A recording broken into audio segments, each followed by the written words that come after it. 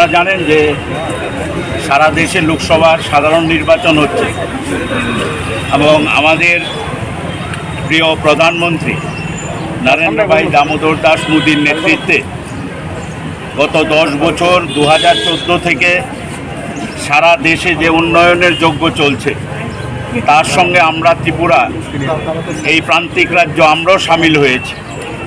2014 সালে আমাদের প্রধানমন্ত্রী রাজ্যে এসে ডাবল ইঞ্জিন সরকারের জন্য ভোট দিতে বলেছেন। আমরা ভোট দিয়ে 2018-তে সরকার করেছে ভারতীয় জনতা পার্টি। তারপর থেকে উনি যেভাবে কথা দিয়েছেন সেই কথা উনি রেখেছেন। আমাদের সারা রাজ্যে ছোট্ট রাজ্য ত্রিপুরা আজকে ভারতবর্ষের বুকে একটা উজ্জ্বল রাজ্য হিসাবে এগিয়ে যাচ্ছে, দুহাত ভরে সাহায্য করছেন।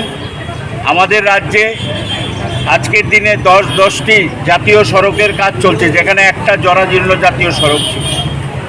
আমাদের আজকে ইন্টারন্যাশনাল এয়ারপোর্ট হয়েছে।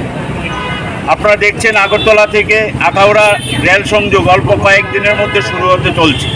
আগামী কিছুদিনের মধ্যেই সাবরুমে মৈত্রী সেতু উদ্বোধন হচ্ছে এবং সেই চট্টগ্রাম বন্দর থেকে পণ্য পরিষেবা ত্রিপুরার মধ্য দিয়ে সারা উত্তর পূর্ব ভারতে ছড়িয়ে